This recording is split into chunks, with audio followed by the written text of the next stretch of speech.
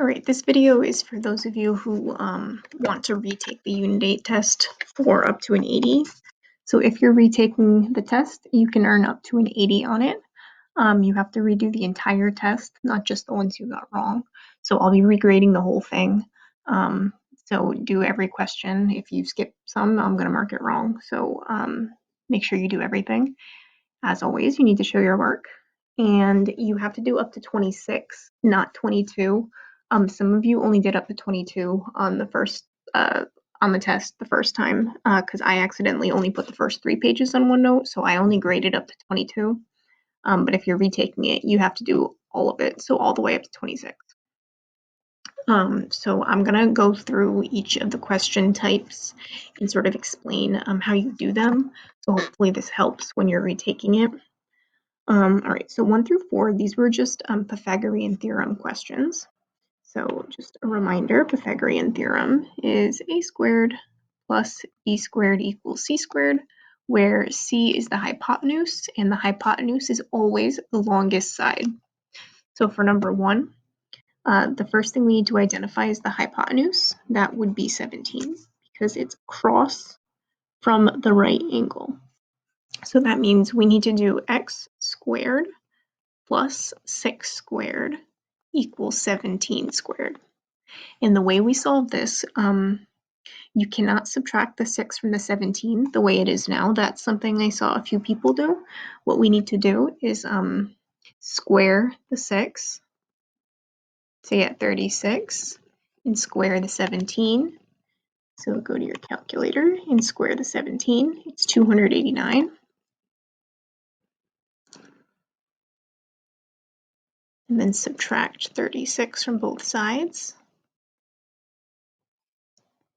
X squared equals 289 minus 36, which is 253. And then finally, to get x alone, you need to take the square root of both sides. So the square root of 253, oops, clear that. So square root 253 is 15.9. So for this one, x equals 15.9. So there, I've done number 1 for you.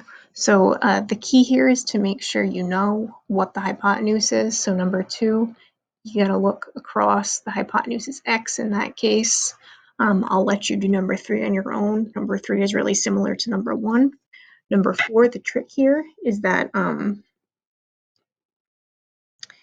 this triangle is equilateral. So this whole side right here is 24, which means if we're just talking about the right triangle,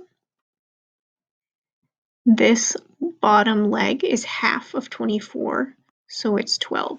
So now all you need to do is look at this red right triangle, find the hypotenuse, and do the Pythagorean theorem. All right, so moving on to these are 2 word problems with Pythagorean theorem. So let's draw out the picture and I'll let you solve it. So West Falls is 7 miles south of Edenville. So let's put Edenville up top. West Falls is 7 miles south. And Concord is 13 miles west of West Falls. So Concord is over here, 13. All right, so we've got a right triangle. Let's put that 7 on the outside. And we need to find the distance from Edenville to Concord. So that's your picture. Now it looks like a right triangle, so you can solve it using Pythagorean theorem. Make sure you're using C as your hypotenuse. All right, next one. A rope from the top of a mast of a sailboat is attached to a point. So here's the mast of the sailboat. 19 feet from the mast, so this is 19. Rope is 28 feet long. We want to know how tall the mast is. So that's your picture. So use the Pythagorean theorem to solve that. Most of us did pretty well with this. Most common error was first you need to check if it's a triangle. So I'm just going to remind you that the way we check is you have to add the 2 shorter sides and check if they're larger than the largest side. So that's step one.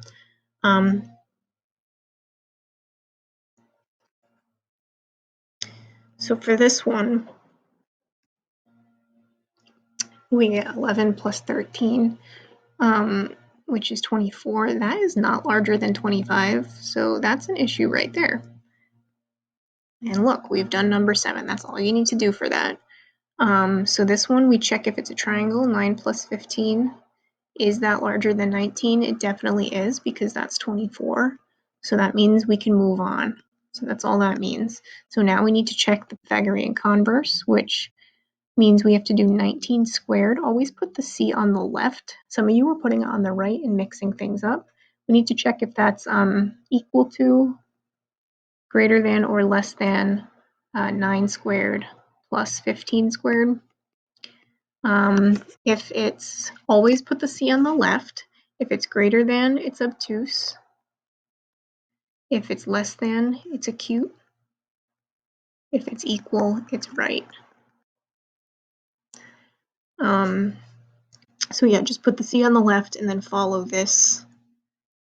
Some of you put the C on the right and we're still following this, so your answers were opposite of what they should have been, so just be careful with that. All right, moving on. Now we're going to use special right triangles. So actually this wasn't too bad. The only thing I'm going to ask is that you do, if you're retaking this test, do not put decimals for your answers. I was a little lenient on that the first time around, but if you're retaking it, I'm not going to be as lenient, so I need you to write it with a radical, so not as decimals. So for number 1, this is a 45, 45, 90. So you just need to know that the two legs are the same. So that actually gives you x right away. So x is 13, and the hypotenuse is 13 times the square root of 2. That's literally all you need to do for number 11. Number 12, this is a very basic 30, 60, 90s because they give you the shorter leg. So you need to know that the hypotenuse is twice the shorter leg, so 2 times the shorter leg. And this side is the shorter leg times the square root of 3. That's all you need to do. No real work involved there. 13 is a little more complicated because they give you the longer leg.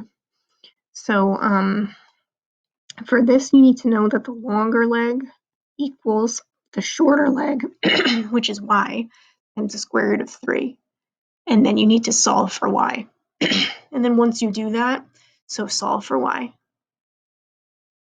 And then once you find y, x is equal to 2 times y.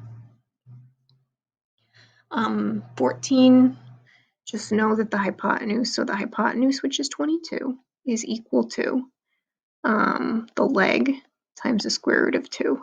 And then you need to solve for x, and then x and y are the same. So once you find x, you have y as well. So 15 is a little complicated because you need to find this side first, and that is the shorter leg. And you're given nothing in the 45, 45, 90, but you are given the hypotenuse. And we know that the hypotenuse is 2 times the shorter leg. So let's call that, they didn't give it a variable. So I guess we can just call it y. And the reason I'm saying that is because these two y's are the same, 45, 45, 90. So if this is y, then this is also y, so we'll call it y. So 24 is 2 times y, which means y has to be 12. So we've already found y, no problem. And now that we've found y, we can find x because it's a 45, 45, 90. So use 11 as a reference to find x.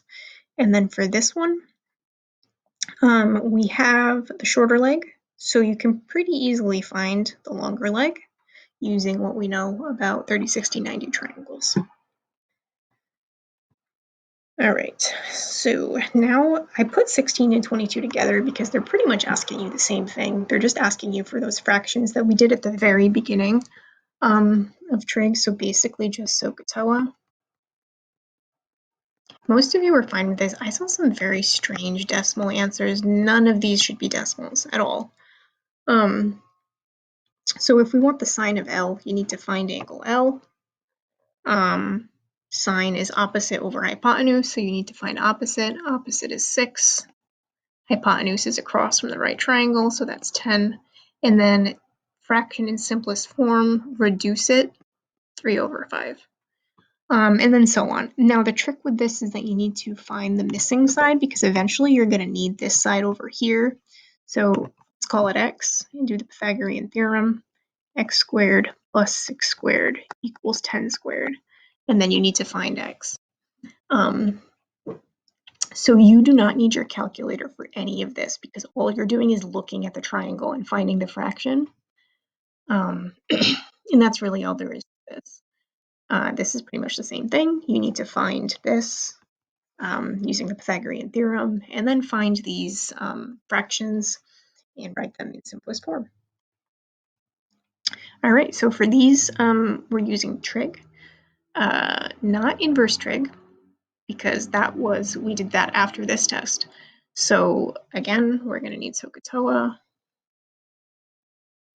and you will need your calculator for these. All right, so step 1 is you need to identify where the angle is. So it's right there. We're looking at angle 32, and we need to figure out which sides we have. So 14 is the hypotenuse, so we have h. I know that it's the hypotenuse because it's across from the right angle, and I know that I have the adjacent side as well because the x is next to the 32. I would have the opposite side if I had this side because opposite, you go across the triangle and that's opposite, but we don't have that. So we only have a and h, which means I am using cosine because cosine is the one that has a and h.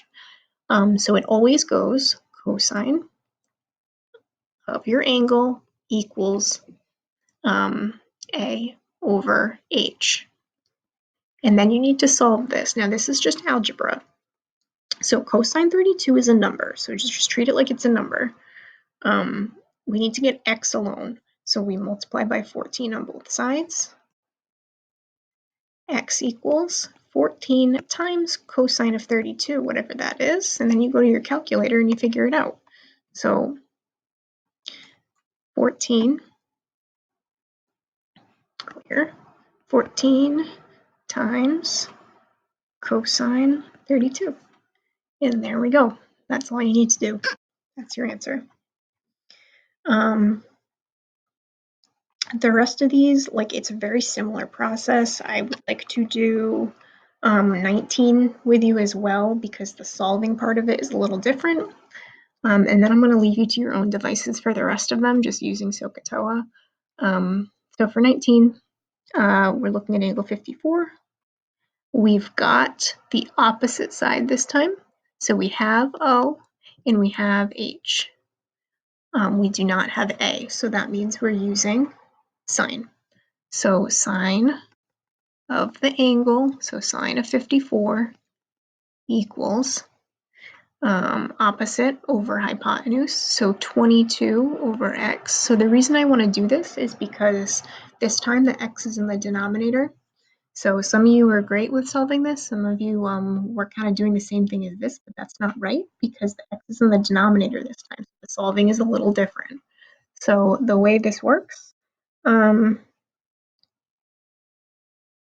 is like this. There are several ways you can solve this, but this is the way that I was telling you guys how to do it. I'm going to do this in a different color so it sticks out.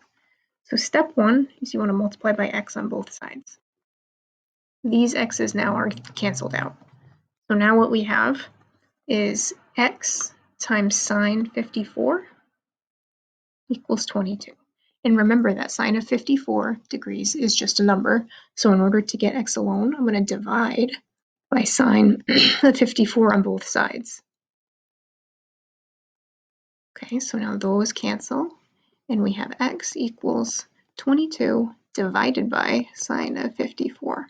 So this is different. When the x is in the numerator like this for these problems, it's multiplication. It's going to end up as multiplication.